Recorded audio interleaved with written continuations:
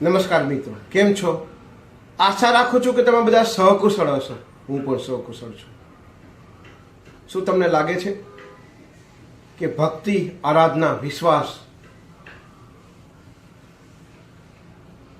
અને તર્ક અને વિજ્ઞાન માં કઈ સંબંધ છે? કારણ કે આજના જે ભણેલા ગણેલા વ્યક્તિ છે ને સાહેબ, એ ભક્તિ, આરાધના અને વિશ્વાસને સબૂત માંગે છે. પણ જે ભક્તિ, આરાધના અને વિશ્વાસ હોય છે ને છે એ સબૂત નથી હોતું. કારણ કે તમે મંદિરમાં જાઓ છો તો ભગવાનની મૂર્તિ એક પથ્થર જ હોય છે. ઘણા લોકોના વિશ્વાસથી કામ થતા હોય છે અને ઘણાના નથી થતા હોતા. આનું શું કારણ છે? તો આજે હું તમને ભક્તિ, વિશ્વાસ, આરાધના અને વિજ્ઞાન ની એક અદ્ભુત સ્ટોરી સંભળાવવા જઈ રહ્યો છું. તો ચાલો મોડું ન કરતા આજનો વિડીયો શરૂ કરીએ છીએ. એની પહેલા કહેવા માંગીશ કે ચેનલ પર નવા છો તો સબસ્ક્રાઇબ કરીને રાખજો. વિડીયો જો ગમે તો એક લાઇક કરી દેજો અને ભાઈબંધ, દોસ્ત, ફેમિલી મેમ્બર સાથે વિડીયો શેર જરૂર કરજો. જે તમારાથી દૂર રહે છે, તમારી આસપાસ રહે છે, એને સાંજે ભેગા કરી વડીલો અને બાળકોને આ સ્ટોરી જરૂર સંભળાવજો. તો મારી ખાતરી છે કે તમારા નાના છોકરાઓને સંસ્કારનું સિંચન કરવાની જરૂર નહીં પડે છે. ચાલો આજની સ્ટોરી શરૂ કરીએ છીએ. એક ગામમાં પંડિતજી હોય છે. એ દરરોજ રામાયણ સંભળાવતા હોય છે અને એટલી સરસ રામાયણ સંભળાવતા હોય છે સાહેબ કે લોકો એટલા રામાયણ સાંભળવામાં એટલા મગ્ન થઈ જતા હોય છે કે કેટલી વાર કામ ધંધે જવામાં પણ મોડું થઈ જતું હોય છે. એટલે કે ભણેલા ગણેલા પણ રામાયણ સાંભળવામાં મશગુલ થઈ જતા હોય છે. અને પંડિતજીનું આ નિત્યક્રમ હોય છે કે રામાયણ સંભળાવતા હોય છે. અને પંડિતજી રામાયણ સંભળાવવાનું ચાલુ કરતા પહેલા બાજુમાં એક આસન મૂકે છે અને હનુમાનજીને કહે છે, હે હનુમાનજી, આસન ઉપર બિરાજો. આ પંડિતજીનું નિત્યક્રમ હોય છે કે રામાયણનું મંગલમ એટલે કે શરૂઆત કરતા પહેલા આસન બાજુમાં બિછાવે અને કહે છે કે હનુમાનજી, આસન ગ્રહણ કરો. આ રામાયણ સાંભળવા માટે એક વકીલ પણ આવે, દરરોજ આવે વકીલ. વકીલ છે તો તર્ક કરવાની તો એનો ટેવ હોય. વકીલને એક દિવસ થયું કે આસન પંડિતજી દરરોજ આસન પાથરે છે અને હનુમાનજીને બેસવાનું આહવાન કરે છે. શું પંડિતજીના કહેવાથી હનુમાનજી અહીંયા રામાયણ સાંભળવા આવતા હશે? વકીલ સબૂત માંગે છે, કારણ કે કોર્ટ કચેરીના ધક્કા કરતો વ્યક્તિ છે. એકવાર રામાયણ સંભળાવવાનું બંધ થયા પછી વકીલ પંડિતજી આગળ કહે છે કે પંડિતજી, તમે દરરોજ રામાયણની શરૂઆત કરતા પહેલા અહીંયા આસન પાથરો છો અને હનુમાનજીને બેસવા માટે આહવાન કરો છો. કે શું અહીંયા હનુમાનજી સાંભળવા માટે આવતા હશે? પંડિતજી કે હા, આવતા હશે, કે મારો વિશ્વાસ છે કે આવતા હશે. કે વકીલ કહે છે વિશ્વાસ ન ચાલે. પંડિતજી કે આમાં પ્રૂફ આપવું પડે.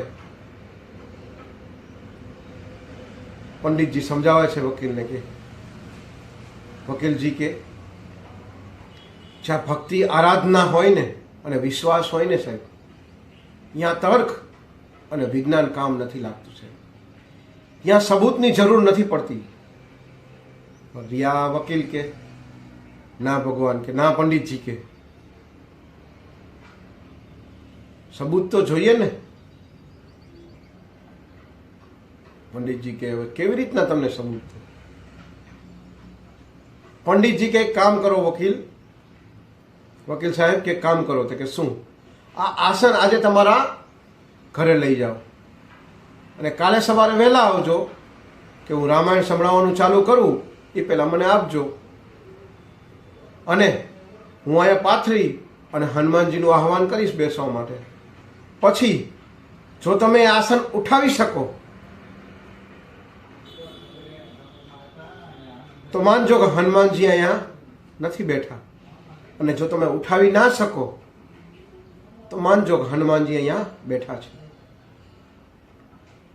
પણ કે વાત સાચી કે પણ આ શરત કોઈ હારી જાય તો એને શું કરવાનું? તો એમાં શું કરવાનું હોય? ના ના ના ના કે વકીલ સાહેબ કે ના, કંઈક તો હોવું જોઈએ ને શરત. તો કે તમે કયો કે. વકીલ સાહેબ કે હું જો શરત હારી જઈશ ને તો મારું વકીલાતપણું એટલે કે વકીલાત જે કરું છું એ મૂકી દઈશ અને તમારો ચેલો બની જઈશ કે. અને પંડિતજી કે તમે શું કરશો? તમારે પણ કંઈ દાવ ઉપર લગાવવું તો પડે ને કે. પંડિતજી કહે છે જો તમે આસન ઉપાડી લીધું ને તો હું રામાયણ સંભળાવવાનું તે દિવસથી બંધ કરી દઈશ. આ ચર્ચા, કારણ કે બાજુમાં તો આજુબાજુ બધા બેઠા જ હતા, આ ચર્ચા આખા ગામમાં પ્રસરી ગઈ કે કાલે આવું થવાનું છે કે કાલે વકીલ આસન ઉઠાવશે. જો ઉઠી ગયું તો પંડિતજી રામાયણ સંભળાવવાનું બંધ કરી દેશે, અને ના ઉઠ્યું તો વકીલજી વકીલાત બંધ કરી દેશે. હવે જ્યારે ભક્તિ, આરાધના અને વિશ્વાસ અને તર્ક અને વિજ્ઞાન અને સબૂતની જ્યારે વાત આવે ને ત્યારે જે વ્યક્તિ વિશ્વાસ કરે છે એ પણ જોવા આવશે, ભક્તિ, આરાધના અને વિશ્વાસ ઉપર માને છે એ પણ આવશે, અને જેને ભગવાન ઉપર વિશ્વાસ નથી અને સબૂત અને તર્ક અને વિજ્ઞાન જોઈએ છે ને એ પણ આવશે. બીજા દિવસે સવાર પડી ઘણા બધા લોકો જોવા, જે નતા આવતા ને કોઈ દી રામાયણ સાંભળવા, એ પણ વ્યક્તિ જોવા આવ્યા. પંડિતજી આવે છે ને એનું સ્થાન ગ્રહણ કરે છે. વકીલ આવે છે, વકીલ સાહેબ, અને પંડિતજીને આસન દે છે. આસન બાજુમાં પાથરે છે અને રામાયણનું શુભારંભ એટલે મંગલમ કરે છે. અને એ પહેલા કહે છે હે હનુમાનજી બિરાજો. અને હનુમાનજી ને મનમાં કહે છે કે હે પ્રભુ, આજ મારી ભક્તિ, વિશ્વાસ અને આરાધનાની કસોટી નથી કે આજે તમારા પ્રભુ ભગવાન શ્રી રામની રઘુકુલ રીતનો સવાલ છે કે આજે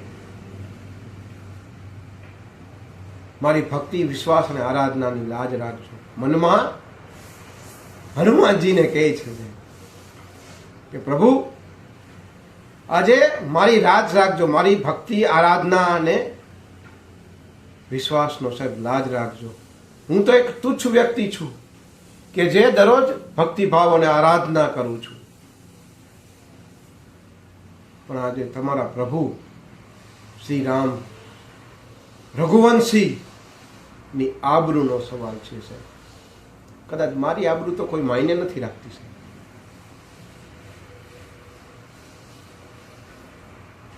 આસન પાથરી અને હનુમાનજીનું આહવાન કર્યા પછી પંડિતજી વકીલને કહે છે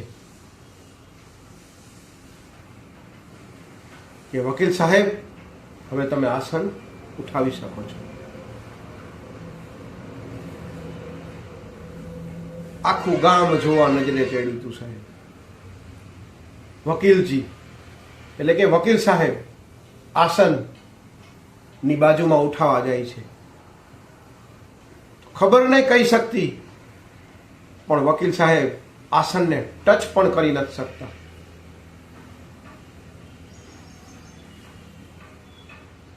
વકીલ સાહેબ બીજી વાર પ્રયત્ન કરે છે અને ઘણી તાકાત લગાવે છે અને આગળ જવાનો પ્રયત્ન કરે છે, પણ વકીલ સાહેબ એ આસનને ટચ પણ કરી નથી શકતા. વકીલ સાહેબ ઘણી તાકાત લગાવે છે, પરસેવે રેબઝેબ થઈ જાય છે, ત્રીજી વાર પણ પ્રયત્ન કરે છે, ત્રીજી વાર પણ વકીલ સાહેબ આસનને ટચ પણ કરી નથી શકતા. આટલું પ્રયત્ન કર્યા પછી પંડિતજીના પગે પડી જાય છે અને પંડિતને કહે છે, પંડિતજી હું હારી ગયો. પંડિતજી જે પ્રભુ શ્રી રામ અને ભગવાન પ્રભુ શ્રી રામ અને હનુમાનજીને આભાર માને છે કે મનમાં કહે છે, હે પ્રભુ અને ભગવાન, તમે મારી રાજ લાખી દીધી હનુમાનજી. કે એટલે કહેવાય છે ને સાહેબ કે ભક્તિ આરાધના અને જ્યાં વિશ્વાસ હોય છે ને ત્યાં તર્ક નથી ચાલતું, વિજ્ઞાન નથી ચાલતું, ચાલે છે તો ખાલી વિશ્વાસ. ઘણા બધા મંદિરો હોય છે કે ઘણાનું વિશ્વાસથી કામ થતું હોય છે ને ઘણાનું નથી થતું હોય. તો શું માનવું છે કે અહીંયા ભગવાન છે કે નહીં, માતાજી છે કે નહીં? તો જેને પોતાની ભક્તિ, પોતાની આરાધના ઉપર વિશ્વાસ હોય છે ને એને કામ થાય છે, અને જેને તર્ક અને વિજ્ઞાન ઉપર વિશ્વાસ હોય છે કદાચ એનું કામ નહીં થતું હોય. હું ચોક્કસપણે નથી કહેતો, પણ કદાચ નહીં થતું હોય. એટલે કે જ્યાં તર્ક વિજ્ઞાન હોય છે ને, એટલે કે ભક્તિ, આરાધના અને વિશ્વાસમાં સબૂતની જરૂર નથી પડતી. આ વિડીયો ગમ્યો હોય તો વિડીયોને એક લાઈક કરી દેજો. ચેનલ પર નવા હો તો સબસ્ક્રાઈબ કરીને રાખજો, અને ભાઈબંધ દોસ્તાર ફેમિલી મેમ્બર સાથે આ વિડીયો શેર જરૂર કરજો, જે પણ તમારાથી દૂર રહે છે. અને તમારી આસપાસ જે લોકો રહે છે, સાંજે જમીને વડીલોને અને ભૂલકાઓને, ખાસ કરીને નાના બાળકોને આ સ્ટોરી જરૂર સંભળાવજો. અને મારી ખાતરી છે કે આવી સ્ટોરી જો તમે દરરોજ સંભળાવશો ને તો તમારા બાળકોને સંસ્કારનું સિંચન કરવાની જરૂર નહીં પડે, ઓટોમેટિક શરીરમાં સંસ્કાર આવશે. તો આજ માટે આટલું જ. જય હિન્દ, વંદે માતરમ.